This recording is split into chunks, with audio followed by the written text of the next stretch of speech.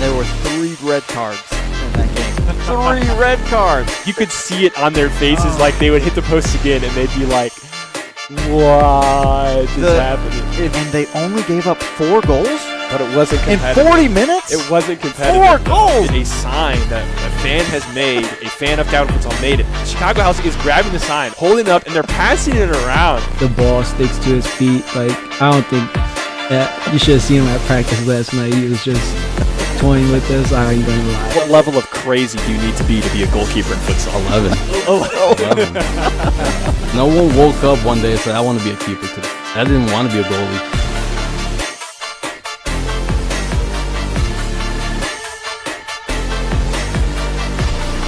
Ladies and gentlemen, welcome to the Third Half podcast. On this amazing Thursday night, the third half is brought to you by Jolt Creativity. Destroy the lie that says, I am not creative. Very special edition of the third half coming at you guys tonight. We are anticipating the FCS Futures Takeover. Soccer balls in the chat. Love it. This Saturday is the FCS Futures Takeover, and we're going to talk a little bit more about that. And to start, joining me on the show, not one, but 2 special guests at once. Yes, ladies and gentlemen, we have done it. 2 at the same time. We're going to put 3 faces on the screen, so I hope you're ready. I hope I'm ready. I hope I prepared enough. Hopefully it works. Ladies and gentlemen, please welcome FCS Director Jake George and Shoreline City player, as well as Guatemala FC coach for the FCS Futures, Alex Mendez. Ladies and gentlemen, please welcome them to the show. Guys, thank you so much for jumping on the show tonight. Yeah, that's one of those moments where it's like, okay, is he going to talk or am I going to talk? We can say the same, say it at the same time. So, Alex, you were on the show a little bit, probably 3 or 4 weeks ago, maybe a month, and you got to talk about a little bit about your involvement in FCS Futures. And now that is the highlighted topic as you guys will be bringing it's your first games this weekend, I believe. Is that correct? Yeah, it's the first ones. I think we played Lansing and then EIXO. Okay. So we're definitely looking forward to that. That's awesome. And what is the age group that you coach? I coached the 2016 boys, so I think you guys have them down as U10. U10. Okay, yeah, amazing. Division. And their first action this year. Jake, you had some questions prepared for Alex. I'm going to throw it over to you. All right, yeah. So, thanks for letting me kind of take over your podcast here. This is why I don't get on very often, as I just take over. But Alex, I wanted to ask you, one of the things that was kind of a goal of the league was talking about connecting a youth path to the adults. And I'm curious, like, do the kids you're coaching right now, I know there's some family connections and there's a lot of community around it. How do they feel about being a part of this weekend, and what's kind of the vibe coming out of your club? No, thanks to God, this opportunity was brought up. Like I said, I started last year with them. A lot of them, they've been playing up. So they're just, they started out learning the game because they didn't know the game like, we do.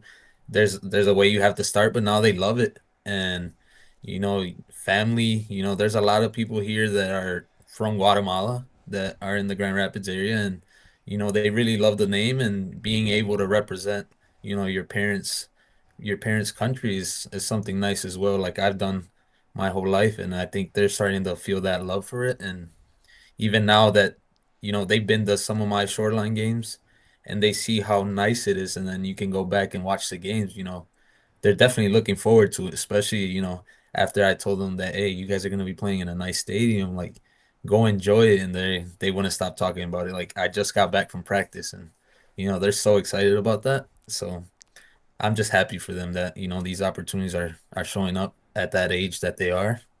Because I never had that, but it's just amazing what you guys are doing.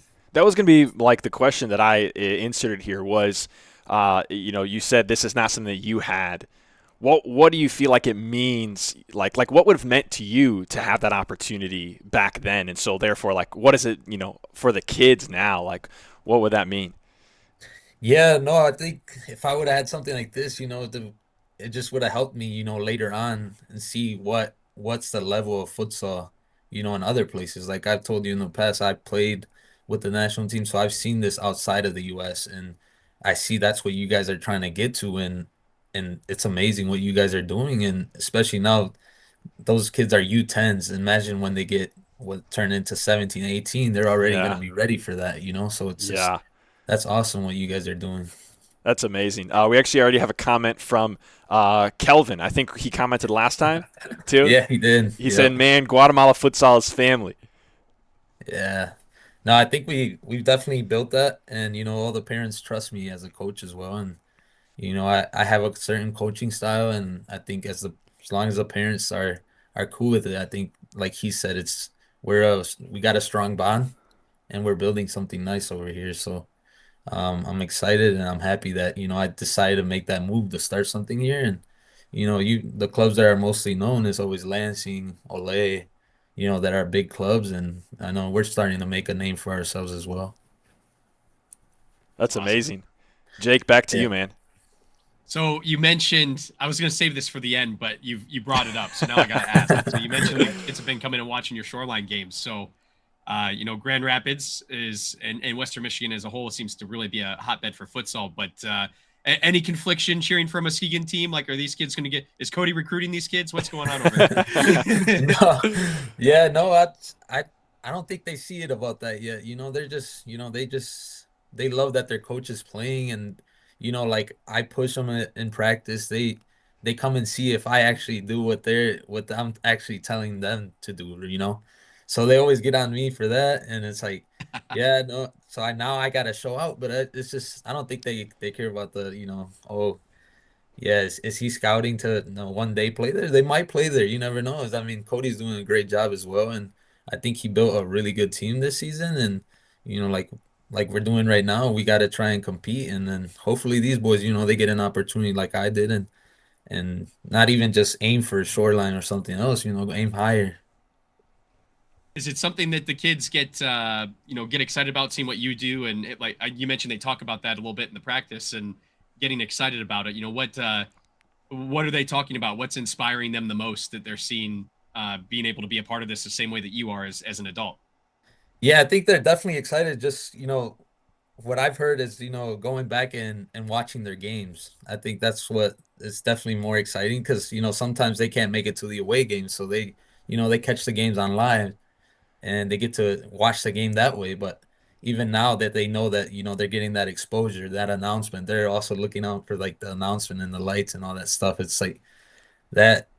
I sent them the links for the first couple games I think that Lansing had, and they're like, "Oh, that's so cool!" And like they're excited Yeah. about it. They're Yeah. definitely excited about it. So I'm just looking forward to it and letting them enjoy it. And I'm happy that the parents, they're driving an hour away there and back. So it's definitely amazing what the parents are doing to push their own kids, to try and become better players and to enjoy this. I heard, I didn't verify this and I want to verify this, but I heard that one of the kids in the starting announcements did a cartwheel coming out of the tunnel. Do you think you expect any kind of that kind of acrobatics from your players? I don't think so, man. But I mean, whatever they want to do, I'm just gonna tell them, hey, you guys do you. But I mean, it's just that excitement, They're still kids, Yeah. and I'm sure we're gonna see some stuff going down. Yeah. Wow. That's I exciting. think that's Yeah. my favorite part. Yeah. A little bit of unpredictability that comes along with the Yeah, kid. I'm gonna pay attention to that. Let's see what they do. We'll see what happens. We'll see what Yeah, happens. Yeah. I got to see if I can find that clip. We'll make sure That'd be Jared cool. points out the second camera for those goal celebrations when they get there. Yeah. right, right. That'd be good. Yeah. So you mentioned that you started with this group of boys last year, right? So what kind of encouraged you to join Futures this year compared to what you were already doing? Yeah, so last year, we were playing in there's a league here called the Lobos League. A guy runs it, but to be honest, I didn't think it was very well organized. So, and last year we were like, okay, we're just gonna do this league. We didn't do many tournaments because the boys were still learning. But then this year, I have a solid 2018 team that's pretty good, and I they were playing last year, and some of those boys were even playing with the 2016s because I didn't have enough players for that 2016 team. So that's how it started. And then this following year, we had more players show up to like the tryouts, and we were able to build two teams. And I know my brother, he has a U13 team that he has, so we have a total of three teams for right now. But I think it's I forgot the question. What'd you say? Oh, My I was bad. just curious what Yeah. encouraged you to join Futures compared to what the path you guys were already on. Oh yeah, yeah. So yeah, basically because I play in it, and I think it's gonna be something amazing for these boys, and the level is there, and it wouldn't be bad to compete and see where we're at against these other teams. And I'm excited for it. Like I said, it's just excitement as a coach, and then when I get on the court, I love playing too, and I just enjoy it. So it's definitely awesome, man. One of the things, Alex, about FCS Futures that has been kind of like a marker of the league is giving the kids at a young age the opportunity to play on full-size courts. What do you think that is going to mean to the development of your players? Yeah, it's gonna be important. I don't think they've gotten on a court that size, and I don't think many youth teams that are actually playing on that size of court. Um, I think it's gonna be awesome. There's more space for them to run, more space for 1v1s, and I think they're gonna notice that. Being younger and then you play on a court that size, it's just gonna help them evolve more and more, and being able to work on rotations and stuff, you have more space to do that. So I think that's gonna open their minds a little bit to maybe start doing those things because you have more space. So I'm definitely excited to see that as well. That's That's awesome. cool. I've seen clips online. I'm constantly scouring YouTube for futsal, and I've found youth leagues in other countries that are doing this. They're playing on full size courts. Argentina, Brazil are easy ones to pick out. Even in France, it's getting really big in schools. What's it like in Guatemala compared to here? Do you have an idea what's going on there compared to where we need to evolve to here in the U.S.? Yeah, well, what I know from there is that, from what I've seen in the past, they're a pretty good, solid national team for futsal. They're always competing. They're always somehow make it to the World Cup.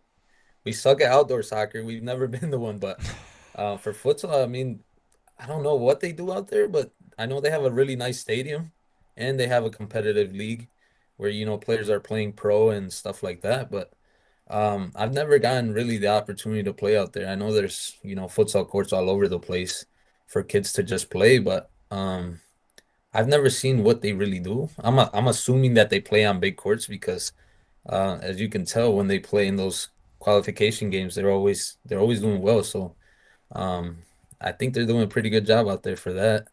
And I think you guys are taking the first step here in the United States, and that's awesome. What do you want the kids to get out of this the most while they're doing this? Like, what do you think is the biggest thing you are hoping they learn from being in this, like, a little more professional atmosphere than what's typically available to kids, the bigger courts, the bigger spotlight? What's your hope that they focus on? I think I think they just the biggest thing is maybe, most importantly, enjoy it, and then, evolve as players and as a team, because now they're actually gonna see, the size of the court where you take 2, 3 sprints and you might be exhausted. So the subbing, all that's gonna be different, and that's why I think I brought a pretty big roster. I found 2, 3 more players that could help us out, and it's gonna be nice for them. It's definitely a different game where you play on a smaller court and you're gonna be able to last the whole game. But when you play on a big court like that, you're gonna be rotating. So it's definitely they're gonna experience the game differently, and they're gonna Yeah. see, wow, yeah, it's definitely different. But I'm excited for them to learn and grow as players and as a team. Alex, one of the things that I love about futsal, particularly for youth, is actually Coach Matt Alashari was on the show a few weeks ago and said this. You're always under pressure, right? The things that you do are under a microscope. You get exposed, and the things that you're afraid of come to the surface.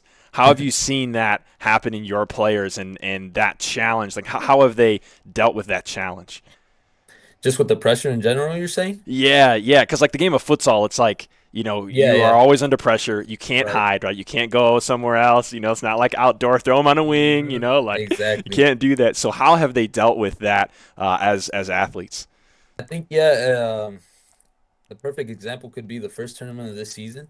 They were just training and not playing. Then we show up to the first tournament and play, top teams. And they notice when they started get pressing, you don't get no much space, much time. And I think definitely it took 2, 3 games to get used to that. And I Mhm. think now they're starting to understand it. And I learned as a coach as well. I was like, I need to start figuring this out because, they would get pressed and they didn't know what to do. But then, the following practice after that tournament, I picked it up as a coach. I was like, hey, this is what we got to do. And I think the boys are doing very well now. They're doing really good. I hope, I didn't jinx myself, but you guys are gonna see it. They're like just for Yeah, that age and the way they're moving the ball is exciting. And that's just now imagine in a couple of years if they stick together, it could be that's solid. awesome. So Yeah, that's awesome. Jake, if you have some more questions, I want you to go for it. But first, I just want to remind everyone watching, part of the reason why we're having this focus all this week on the third half and on social media throughout the week is we're having FCS Futures Takeover this Saturday. We've been pretty vague about what that means. And basically, we are planning to broadcast as many games as we can for the FCS Futures this Saturday in the Lansing City Arena. There's a ton of games. I still think, Jake, maybe you can correct me if I'm wrong, I still think we're working on permission for all those games to be streamed. So the full list is not out yet, but basically as many as we're able, both permission-wise and our team and what we can do. Like from noon until like 7 or 7:30, there's a 7:30, ton of yeah. games. So we're calling it the FCS Futures Takeover. It is going to be live streamed on the Futsal Champions Series website, so it will not be on YouTube right away. We're going to stream directly to our website, and then we'll upload the videos later on to catch them afterwards. So just a reminder, you can catch the FCS Futures Takeover this Saturday and watching this guy's team compete in the U10 Futures against do you have 1 or 2 games? we played 2 games, so back to back. Back to back. Okay, Yeah. you guys play. Do you know what time you guys play? 1:15, and then I think right after that would be 2:30, I believe. 1:15 and 2:30. That was Yeah. just like that was a on the spot coach preparedness question, I guess. Yeah. Sorry about that. No, that's just raising confidence with the parents. Like, yeah, he knows. He's got There it. He's you got go. it There you dialed go. in. He's fine. Yeah. Alex, we talked about the court size, and then also now, back-to-back game. So what's your expectations for stamina for the kids? I mean, I know I watch kids run around and wish I had that motor, but there is Right. going to be, I'm sure, some some wear down in how you manage that. What have you been telling the kids this week to get them ready for that? No, yeah, like I said, for the FCS, we play in the league here in the Jenga League.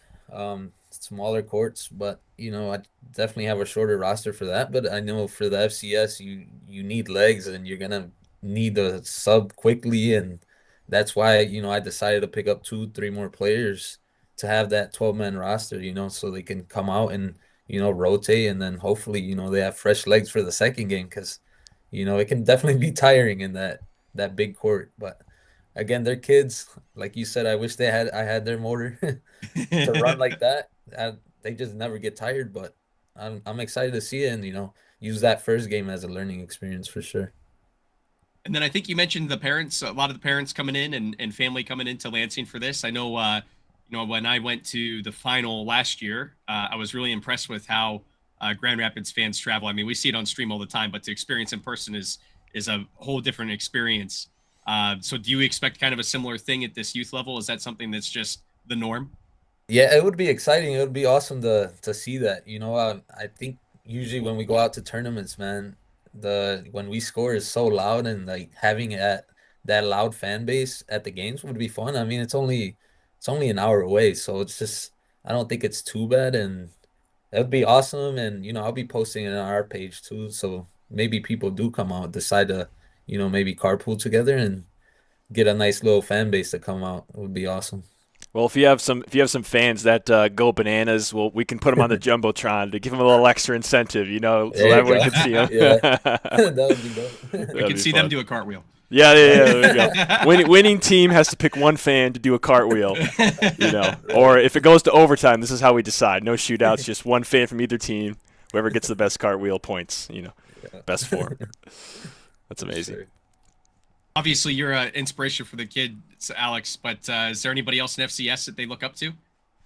Is anybody scoring a goal and like doing a celebration of somebody else in FCS or something? And Yeah, no, I like I said, I know they were definitely there at that Shoreline, versus us, Shoreline versus Olay game.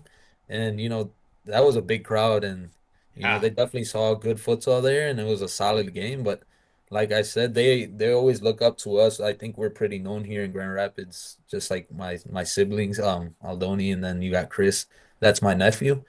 But I think, Chris, he's always there at training too. Like I want to get him into coaching as well. So hopefully one day he can take over one team, and because he knows a lot about the game. So Yeah. I know they definitely look up to Chris a lot too, and Aldoni, of course. And I'm sure there's players out there that they look up to, but right now we're the ones that are teaching them, and they definitely are gonna look up to their coach if they watch them play and they do a decent job. So that's Alex, I awesome. think I might have asked this question when you were here before, but since we're talking about coaching again, what's your favorite part about coaching? What brings you the most joy to coach these kids? no, yeah, that I might answer it differently this time. Hey, that's awesome. Love No, it's it. just no, just the love of the game, man, and just being able to pass that love of the game onto them. It's just I'm always gonna say that. It's just I love I love the boys and I love teaching them, my playing style and the way I learn the game. And now that I see this love that they're always at practice. The other day it was storming outside with the snow and they still wanted to go train. But then, I started thinking about it. I'm like, man, what if someone gets in an accident or even I get into an accident? And I was like, nah, we gotta cancel. Like it was really bad out here, the temperature was bad and I was like, no, we're canceling. But even the parents, they were still down to take their players in. And I was like, wow, they must love the game and they're Wow. always there. So it's just props to them as well. And I think me passing on that love that I have for the game and seeing it for them Yeah. is what I love to see. And of course, as a coach, help these players get better. That's my goal at the end Yeah. of the day. Wow. Yeah. Another thing about FCS Futures that is very clear is this pathway now to a higher level is very clear. FCS Futures U10, 12, 14, 16, and then you play in the men's or women's division. Um, have you thought about, you're at U10 right now. Have you thought about taking the journey with these kids and trying to take them all the way to the semi-professional side? You never know. I mean, you never know what can happen, and even next year, what can happen from the Yeah. men's side, right? You never know. It's just I love what you guys are doing here, and it's just it's insane. I have so much props for you guys, and I think I told you, Jared, many times that what you guys are doing is amazing, and I mean that's the ultimate goal. I think what you guys are doing and other teams are starting to see it. They're gonna want to put their teams in this league, and I think we're the start of it, and I think there's more to come. So I hope that these boys, they like it and they decide to stay. Yeah. And, we keep growing these teams together because even for next year, I have another team that Yeah. will probably play in that thing too. In the FCS, it's fun, it's amazing for them, and they're gonna evolve. Yeah. They're I gonna think evolve. that's I think that's probably one of the most exciting things to me. And I just kind of like thought about it right now that like this pathway's there, but you when you have a conversation about okay, I'm coaching U10s this year, it's like you can actually picture like wow, like maybe in 6 to 8 years, like some of these kids that we're gonna see on Saturday like maybe they're going to be playing in the FCS, like Yeah. it just kind of becomes real to you that like wow, like this is actually, because there's so many things that are happening around the FCS that are long-term things that you don't really see for a period of time, but there are things that like you do see in the short term. But this is another thing. It's like, oh wow, like yeah, this is the goal, but like now this is like what happens in 5 years? Like wow, like they could be playing the U16s or they could be playing like that's just so amazing. Yeah, something about that. Like I told you, I have my nephew that's down in Mexico playing for Pachuca, for that pro team. And they start those boys from what, U12, U14, then U16, and then U18, and then Yeah. U23, and then they head into the first team, if that kid is good Wow. enough. But what you guys are seeing, like the way I see the FCS, like one day this might be the pro league in the United States. Like that's the way I'm seeing it. And what you guys are doing, it's amazing, man. It's Well, we'll amazing. see what happens. We'll keep giving best opportunities we can, and this weekend it's all about putting the spotlight on the kids and the families, Yep. which is another thing that I think is really awesome. I think it was in the interview with Coach Matt Alashar a few weeks ago. He talked about how kids being able to watch the games back, like with their parents, and not only with the coach but with their parents, how that adds to this. It kind of builds the family culture in futsal. Is that something that you think will have like an impact on your guys? Yeah, I think, yeah, like even ourselves, when we go watch film and we see our mistakes, I think these boys are gonna start seeing those things, It's like, oh, I messed up in this. Oh, I can do this next time, Like that's all gonna be awesome, and they're all gonna be sitting together in the living room. It's one thing that they can do extra, with Yeah, your family, just sit down and watch the game. Hey, this is how I scored, and this is how I celebrated, yeah. They're This gonna is be my cartwheel. excited. Look, guys, this is my Yeah, cartwheel. There it is. yeah. Yeah, and it's gonna be awesome. It's Wow, gonna be awesome for sure. amazing. Jake, do you have any other questions? We'll probably wrap up here in the next couple minutes. Yeah, no, I think that Alex, I want to thank you for making time again for this, because I know from my seat, this is the most important thing that FCS is doing right now is futures, and it's so important for a lot of things that you touched on. You already have in your club, the culture, doing things the right way, and creating this pathway. All these things are important to us, and I just want to say to you how appreciative I am. I know you said some nice things about us, but the reality is, you're the one that is taking a dive into this, kind of going against the grain of what everyone else in the U.S. is doing right now, and believing in the mission that we put out there. And I can't thank you enough for being a part of it, and I cannot wait to see the kids from Guatemala showcase this weekend. So I'm really excited for it. Yeah, appreciate it, man. Yeah, thank you for the time as well. Like I said, I had practice, so it worked out perfect. I got here on time, and I'm thankful for the opportunity to be on here, Yeah. man. So Absolutely awesome. It was great to have you on once again. Ladies and gentlemen, we're going to go to a quick break. Alex Mendez of Shoreline City and Guatemala FC. Is that the name, the full official name? yeah, Okay. Grand Rapids, Guatemala Futsal. Grand Rapids. Okay. Yeah. Grand Rapids, Guatemala FC. Amazing. Yeah. Love it. Okay. Yes, Thank you so much, man, for jumping on. We're going to go to a quick break. And on the other side, we might have another special guest for you jumping in. Our schedule's a little bit flexible tonight, so we'll see what happens. But we're going to go to our sponsors, and we'll be back in just a bit.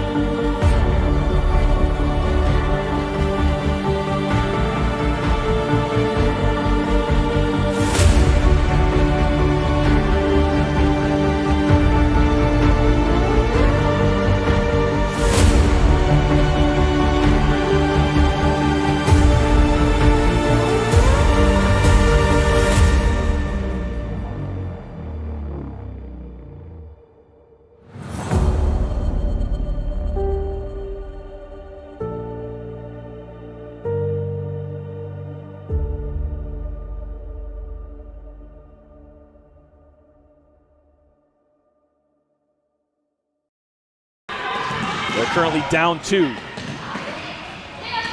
Here's Hindich at the near post.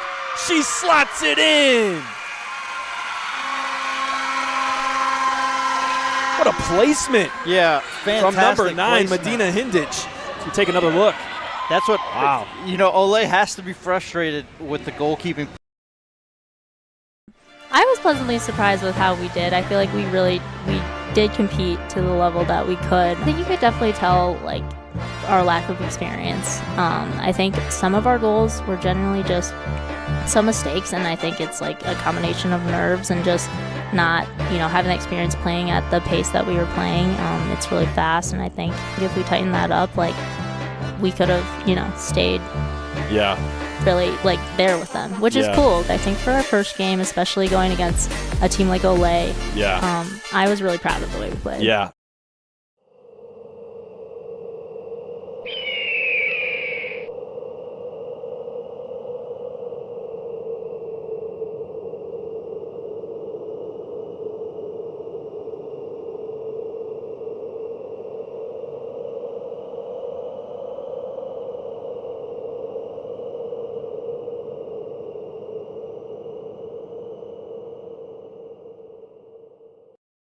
Made a fantastic play. You know, you want to make that pass to the back foot and really give your teammate an opportunity just to slide it home first time, but Aldama was not able to handle it. Midwest are able to work it up. How about this back post? A pretty goal. Raul Montañez doubles the lead. Look, Aldama could not handle the pass to put it away himself, so he said, you know what, Montañez, I'm going to give it back to you, Raul. With a little back heel flick, just roll over, give it back to him. Montañez. You're watching the Futsal Champions Series on FCS Live.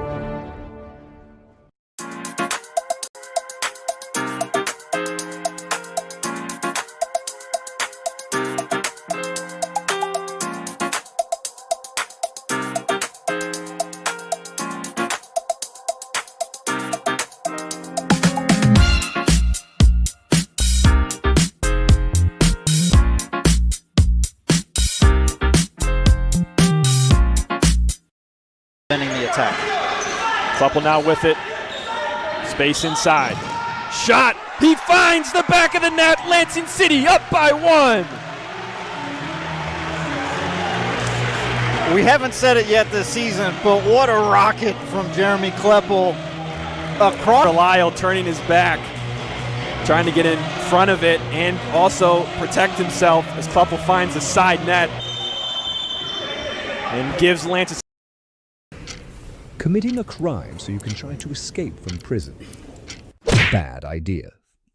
Going to the pod escape room to play an escape game with your friends. Great idea. Test your skill as an astronaut in outer space. Find Santa in Save Christmas. Or take a vacation to an abandoned island. Just don't get stuck there. The Pod Escape Room. Learn more at thepodlansing.com.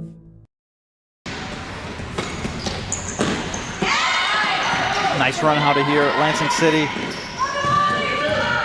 Oh, excellent play. Lansing City with a goal. We were just talking about Ole's ability to make the extra pass, and wouldn't you know it, Lansing City does the same exact thing.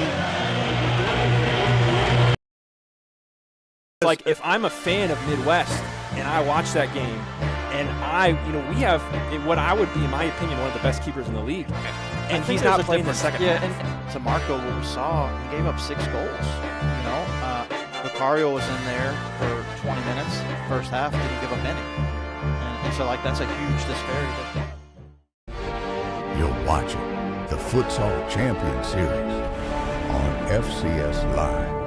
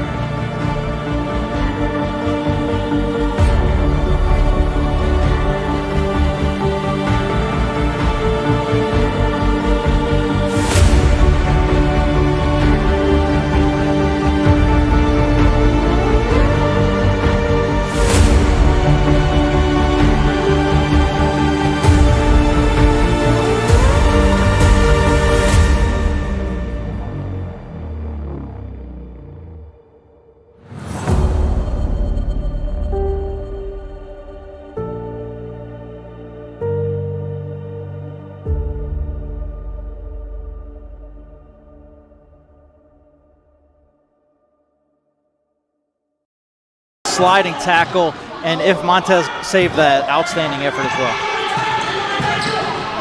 Lansing City in the attack, moving it. Blanco, did he make it? He did, says the referee. Goal number 4 for Lansing City. They pull ahead. There's a pass to Blanco. Yeah, Blanco got it. Yeah, Oh, Blanco wow. touched it. Great Did you hear me effort. say Blanco puts it away? That's all right. It hit the inside back post. I just have to mention before we move on here, that game was so amazing. You know how many players under the age of 20 were a part of it? A lot. Oh my goodness. a lot of them. Ethan Castaneda, there's been times where something that he does in the game is exposed, or mistakes and things like that.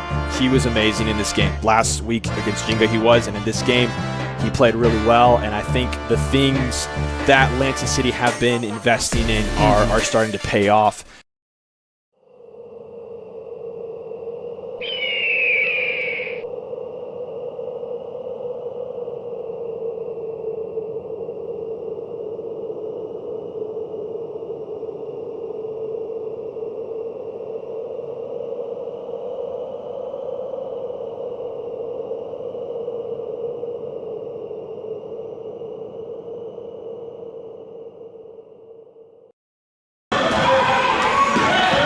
Gomez putting heavy pressure on. And here he is. He finishes. Olay go up by 1. And when you think about the addition of Daniel De Leon and what he means to this team, we told you that he was the assist leader last season. The goal. Outstanding effort from De Leon to create that. Really good positioning and understanding. You're watching the Futsal Champions Series on FCS Live.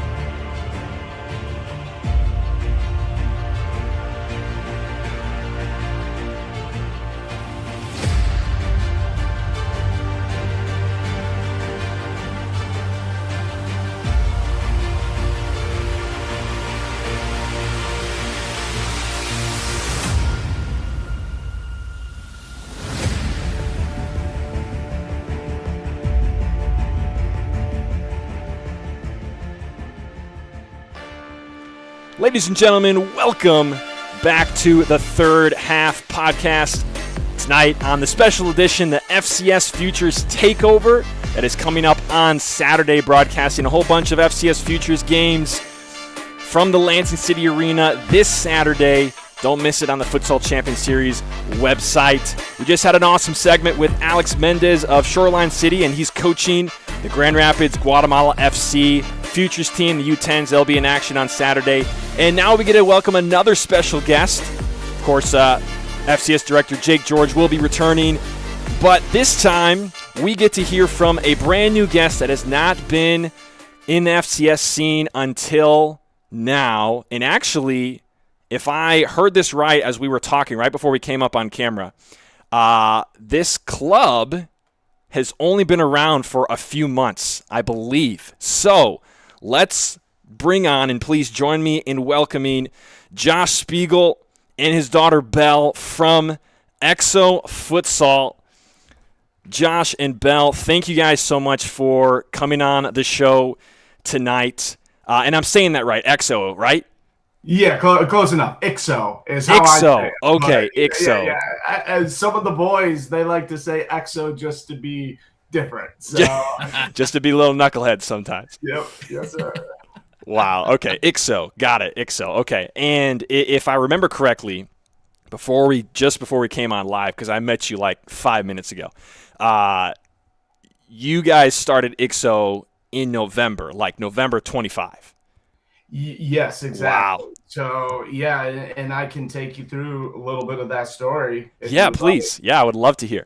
Yeah, so we've been playing futsal for 7-8 years now, I want to say 6, 7, 8 years.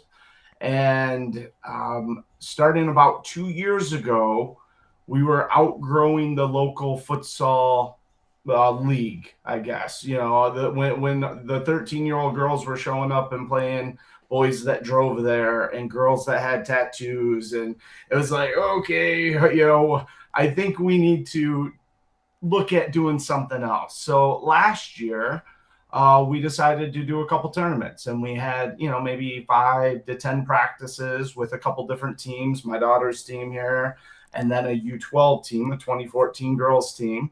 And it went well. It was a blast. And those parents really pushed for like, hey, let's do more. Let's do more of this, right? And so in August of 2025, I held a couple just open sessions and like, hey, let's see what this can do. And come November, I had 10 teams, you know, with 80 plus kids, and trained over 200 from August through November. And yeah, it was like, okay, we're doing this. It was, I guess so. yeah, let's go. So it was Wow. fun. Now we've done a handful of tournaments, and we're still practicing every single week. And it's been really good, but lots of learning curves, and you know, things we can improve upon as we go. Yeah. Yeah, well, Bella, I saw you nodding your head when you said lots of learning curves. Do you have anything specific that you would want to add to that? No, not really. There's just like a lot of things that like having so many teams and having like your own club, there's just so many things that like you don't think about, like that you realize like, oh yeah, you do need to have this and that. And, you know, just having so many more, you need more coaches than just like us. Like you need people that are willing to help build and create teams. Like it can't just all be on 1 or 2 people, and you just need more people. And you don't really realize that until like you're in the thick of it. Yeah. And you're like, oh, wow, now there's like, I have this massive list now of all these things that are due, you know, at midnight, you know. Yeah, absolutely. And even like, for example, for this weekend, you know, we have jerseys, of course, that we, you know, for teams, but not every team player from the team could commit. So we have some 2017s from a team coming too. Well, they're different colors, because something I thought was a great idea that now is hurting me a little. I'll let all the teams pick their own colors. Oh, you know, got it. I wish you'll see some of them, but Yeah. you'll see them throughout the course of FCS Futures. But like the 2016 boys are royal blue. Okay. 2015 boys are black and gold. So I can't just borrow jerseys from Yeah. other teams. So I'm like scrambling, finding jerseys, but it's good. But that's one of the Wow. legendaries, right? Does someone have a Sharpie? I need a Sharpie, please. We need Yeah, you to must paint. see Look, some that paint, Saturday. maybe. Does anyone have paint? That's hilarious. I'm so glad that you said something because so today I was making some preparations for the planning to broadcast these games. So, I'm getting your guys' logo. I'm looking at your colors and everything. And, because we make like graphics and stuff for the score. And I was like, the logo's black and white, but all the colors that I'm seeing are different and it's all different and it's not in the logo. So I was like, I'm going to make my best guess. Yeah. So that's funny. So what started as a really fun idea, not best for future growth, right? Yeah. So our main colors black and gold, but unfortunately, There you go. we have a lot of colors. Yeah, there we go. Colors. That's amazing. Hey, that's awesome. The kids probably love it, especially they get to pick their color. That's incredible. By the way, where are you guys based out of? Oh, we're based out of Saginaw, Michigan. Okay, Saginaw, Michigan. Awesome, sweet. Are there any I don't know of any teams that are men's or women's adult level that are from kind of that area? Is it kind of blank? You guys are sort of the first? Yeah, we are definitely the first. So, Wow, that's amazing. Yep. That's yeah. incredible. So my hope, my vision is this keeps growing, of course, and hope maybe someday there'll be men and women's pro side, and you guys will have to be traveling over here to Saginaw someday. There we go. Wow, that's amazing. That's so cool. Jake, I think you probably have some questions. Yeah, well, first of all, congratulations on the initial growth. I mean, it's so hard to get things started, but the classic, if you build it, they will come. And it sounds like they came in hundreds, which is awesome. So that's really cool. What kind of got you guys passionate about futsal and started this journey for you, though, that got you to this point where you said, hey, I got to build this thing? Yeah, so it started. So I've been coaching soccer for 20 plus years now. And I want to say it was her maybe U9, U10 season. There was the Winter Futsal League here in Midland. It's held in a really remote location, and it's very local club teams that just go play soccer on a court. It's it's what got us interested and started. But her first season ever doing it, I just remember going into club season then, and the impact that futsal had on her technical ability from just games. We're talking, I mean, there was no practices held. There was 2 22-minute games as fast as you could possibly get through them because they got this schedule that, if one kid shows up late, it throws off the whole day, right? Time, stop where you are. Stop right now. Go. Exactly. Exactly. So we had, there wasn't like, wow, look at all this growth from all these practices and touch. It was just from games, 2 22-minute halves, 6 games, 2 sessions. And she came out a completely different player in the spring. And I was like sold. I was like, yeah, this is incredible. So I dug in and I started making sure that my youngest started playing as well. She continued playing with her teams, and I took over coaching those teams for the most part.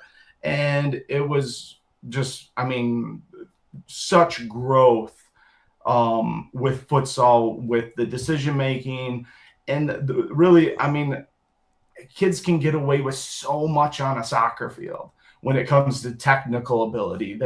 They think they have good tech because they can take that, body feint, outside touch, and beat somebody.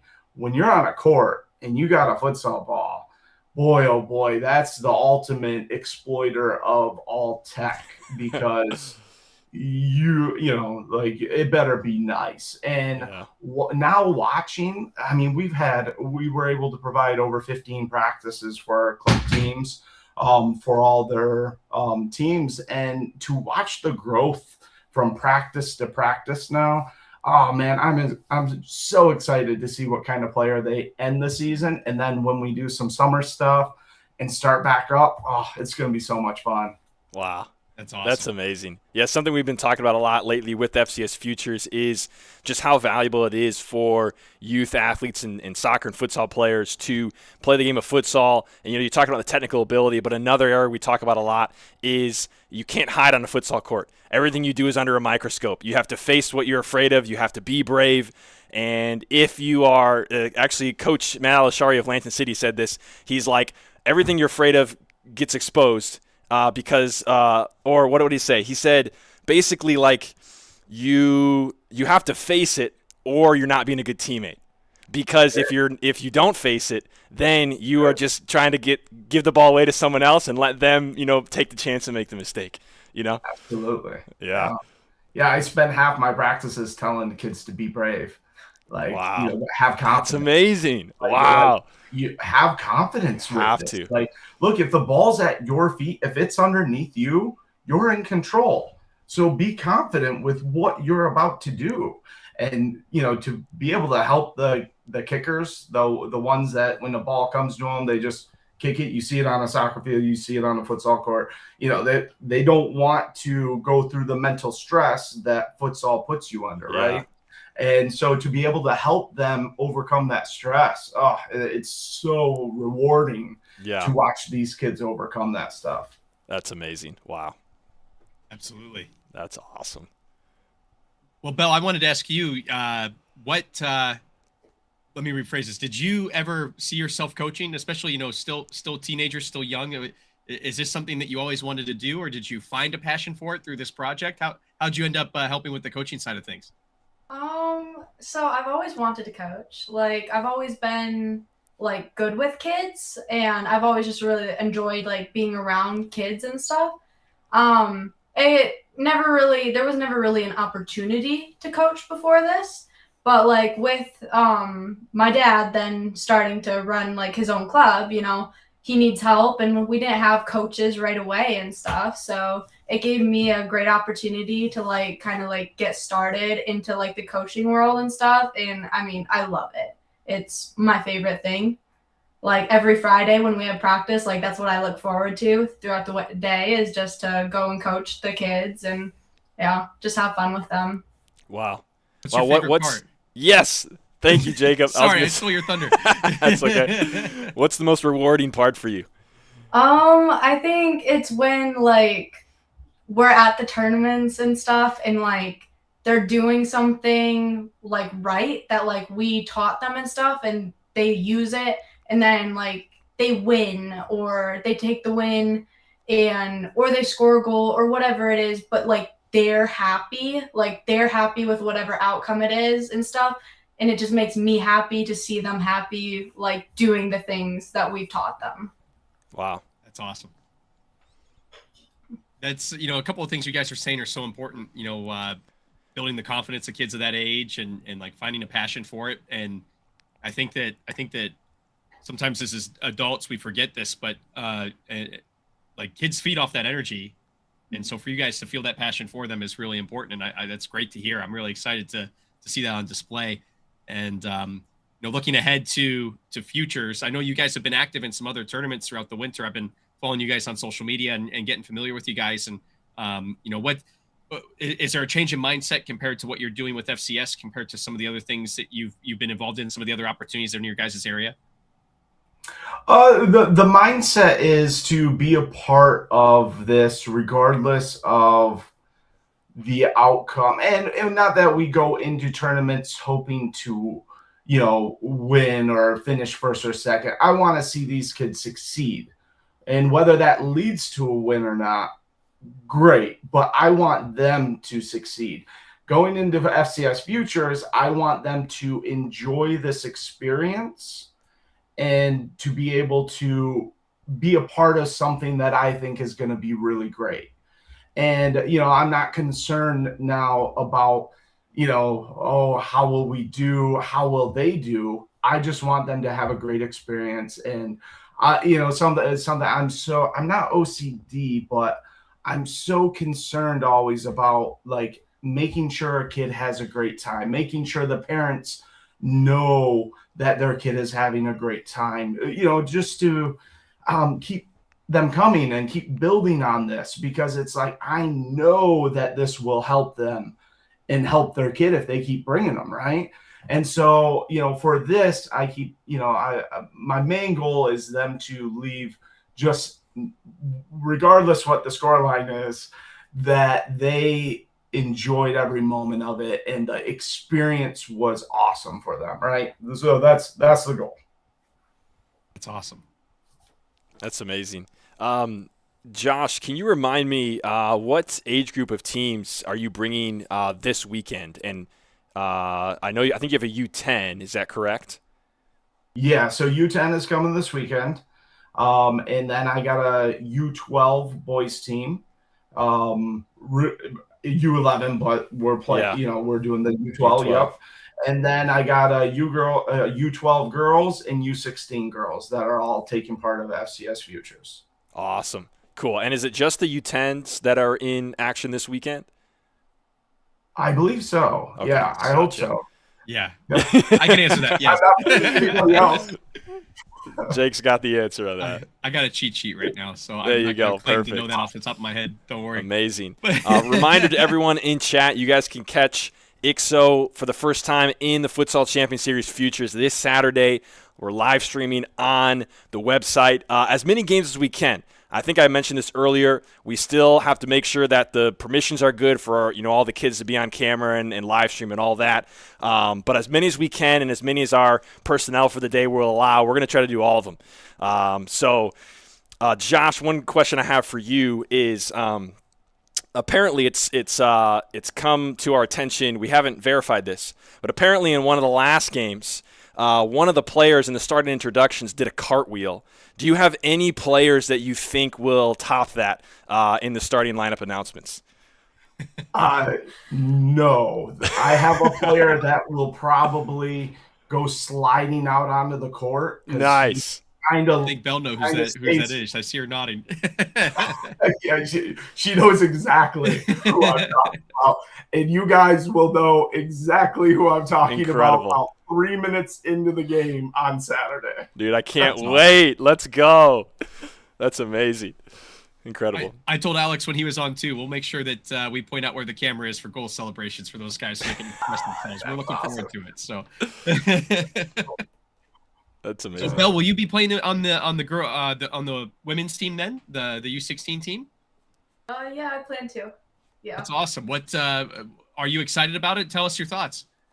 Yeah, I'm really excited about it. I think that this is such a cool experience and stuff, and I'm really excited.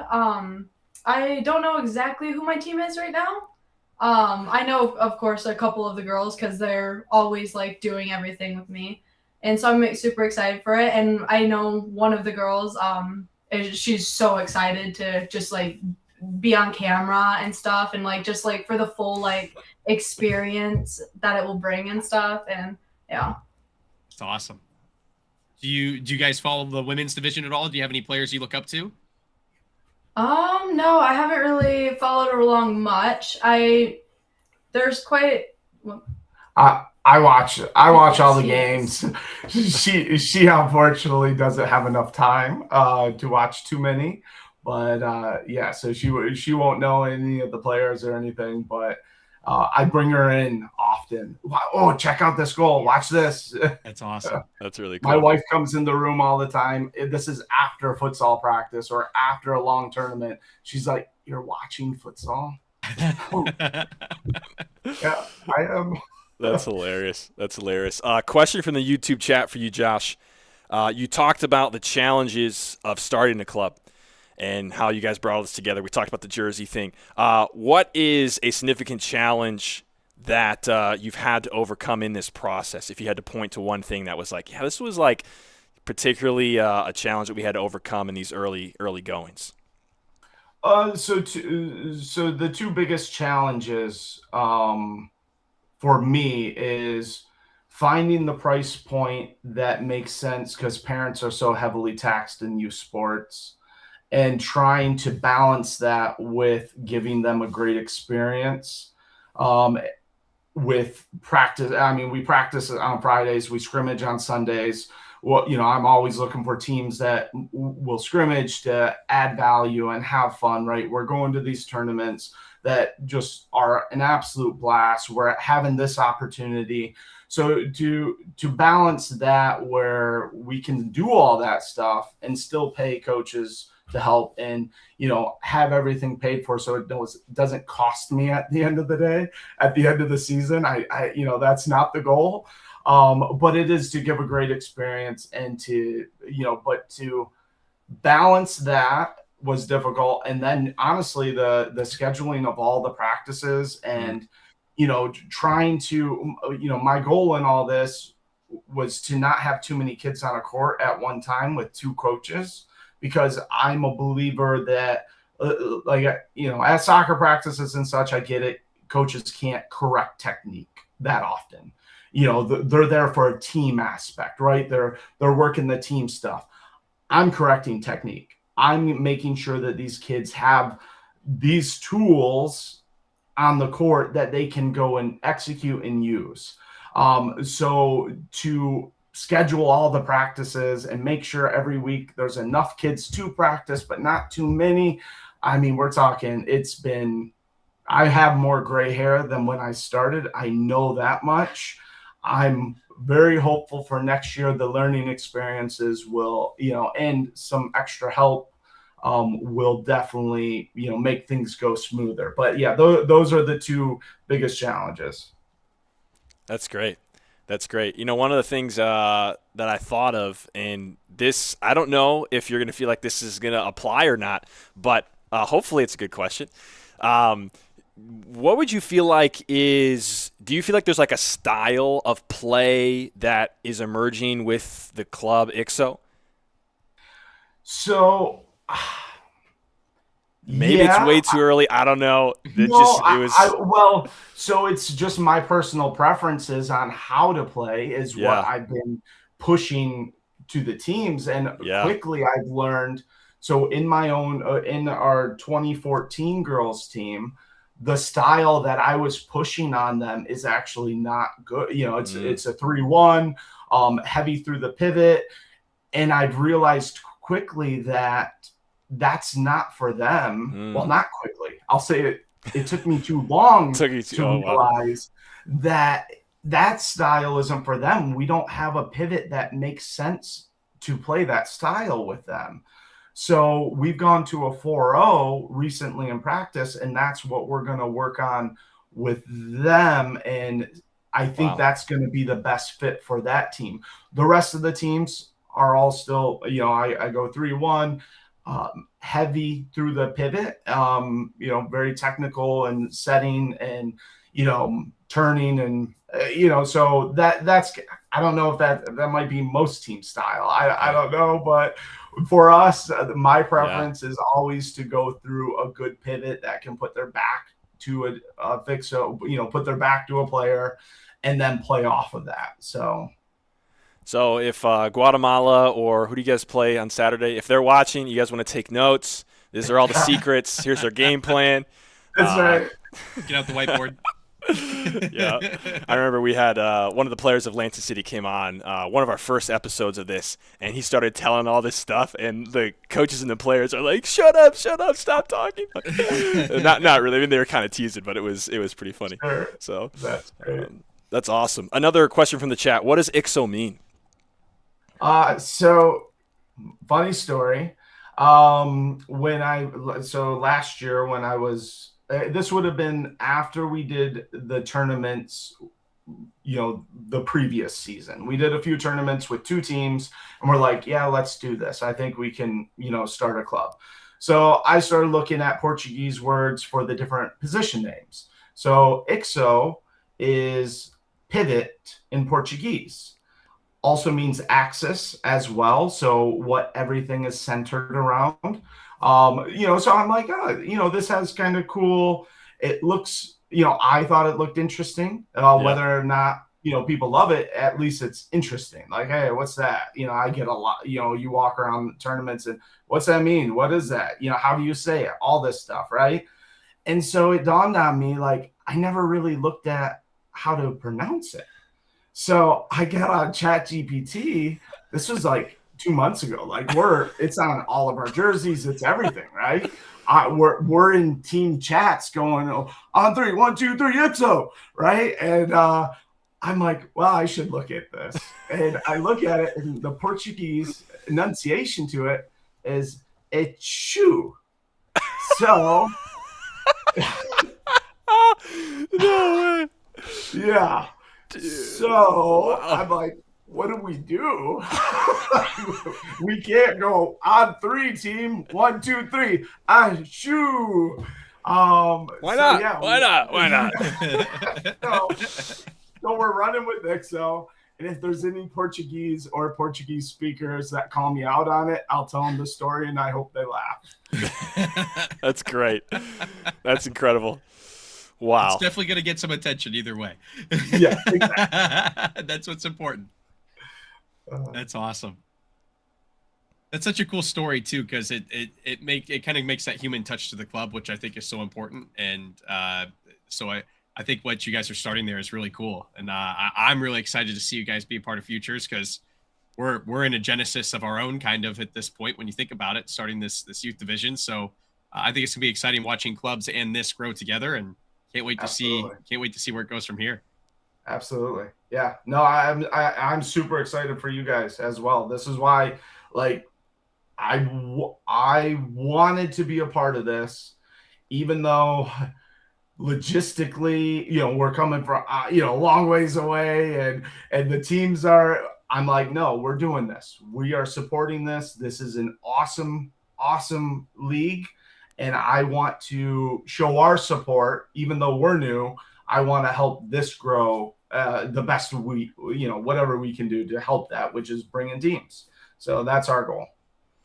Well, that's awesome. And hopefully all your players stroll in and have a good time playing in the arena and enjoy the experience, and hopefully they get a chance to watch their game back and all that. So I know we will likely not be able to broadcast all the Futures games all year, but this particular weekend there's no women's games, no men's games, so we're able to kind of put everything to it.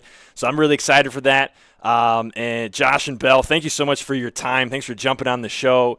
Yes. Any final thoughts that you want to share? Belle? There is one thing. I didn't think about it before. I'm really excited to play on a full-size futsal court, because I've actually yet to do that. I've never done that before, so I'm really excited for that. That's amazing. Yes. That's amazing. It's funny because like saying it now sounds kind of crazy, but the reality is it's a common problem, and I'm glad that we're able to find a way to help solve it. I mean, I found futsal too late in life. I was an adult, and so I didn't really get to train in it technically or anything, and kind of learned on the fly and watching lots of YouTube like you do, Josh, and finding games, and my wife rolling her eyes as she walks by. There he is with another futsal game on. But the thing for me is, like, even as an adult, not being able to play on a full-size court for 7 or 8 years into playing the game, and so I'm really excited that you're excited about that, because I know that's an important principle of ours. So to hear that that's something that's important to you as a player is reaffirming. So I appreciate you saying that. Yeah. It's going to be a lot of, it's not green grass, it's blue. A lot of blue to run on. Yeah. But then you're probably also going to be like, oh my gosh, I have no more space again. Like, it's just the way futsal goes, right? Yeah. Awesome. Well, thank you guys so much for jumping in with us and letting everyone know about IXO, which is now, in your guys' translation, it's no longer, you just made it up. It's not a Portuguese word. It's just your own thing. Maybe it has the same meaning, but it's a different dialect. It's just the Michigan accent. That's all. Yeah, there you go. Michigander accent. I love it. That's what it comes down to. So be sure to catch the FCS Futures games, including IXO this Saturday, as we have the FCS Futures Takeover. We have games starting at noon all the way until, I think the last one is like a 7 or 7:30 start. Might even be a bonus reserve game after that. But we're going to stream as many as we can. It's going to be to the Futsal Champions Series website. So it is not to YouTube. It's going to go to the website first, and then games will be uploaded on YouTube after that. So catch the FCS Futures Takeover featuring EXO. Ole is going to be playing. Lansing City is going to be playing. Shoreline City, Detroit, Guatemala FC. I think those are the, I don't know how many I just mentioned, 7 teams? Right. 7 teams. Nice. Let's go. Those are the teams that will be in action this weekend, so be sure to catch that. Again, Josh and Bell, thanks so much for jumping on the show. Thank you guys both. Appreciate it. Yeah, you got it. All right, we will say see you later to you guys. We're going to jump to a quick ad break, and then we'll just have last couple of comments. Me and Jake will come back. So those of you watching, don't go anywhere.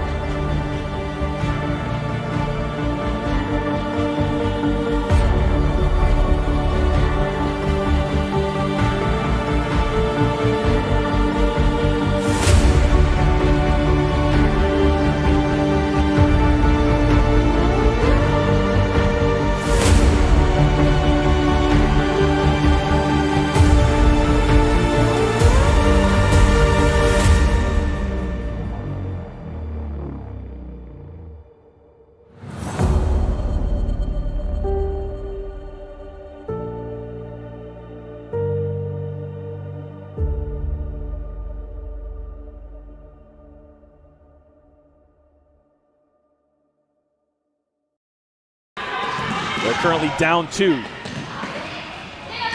Here's Hindich at the near post. She slots it in.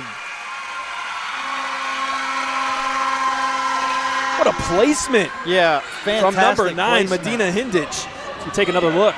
That's what, wow. Ole has to be frustrated with the goalkeeping.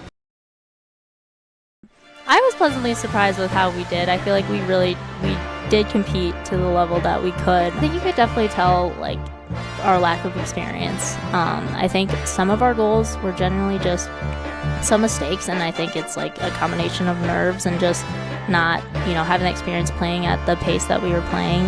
It's really fast, and I think if we tighten that up, we could have stayed really there with them, which is cool. I think for our first game, especially going against a team like Ole, I was really proud of the way we played. Yeah.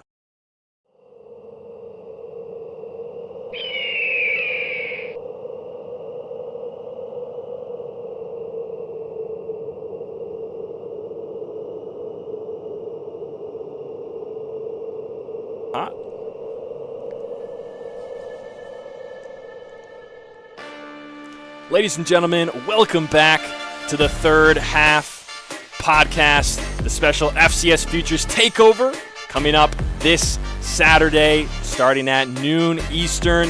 We're going to be broadcasting FCS Futures games the whole day, as much as possible, on the Futsal Champions Series website, so be sure to check that out. We had some awesome guests on the show, Alex Mendez, Guatemala FC, and also Josh and Bell of IXO.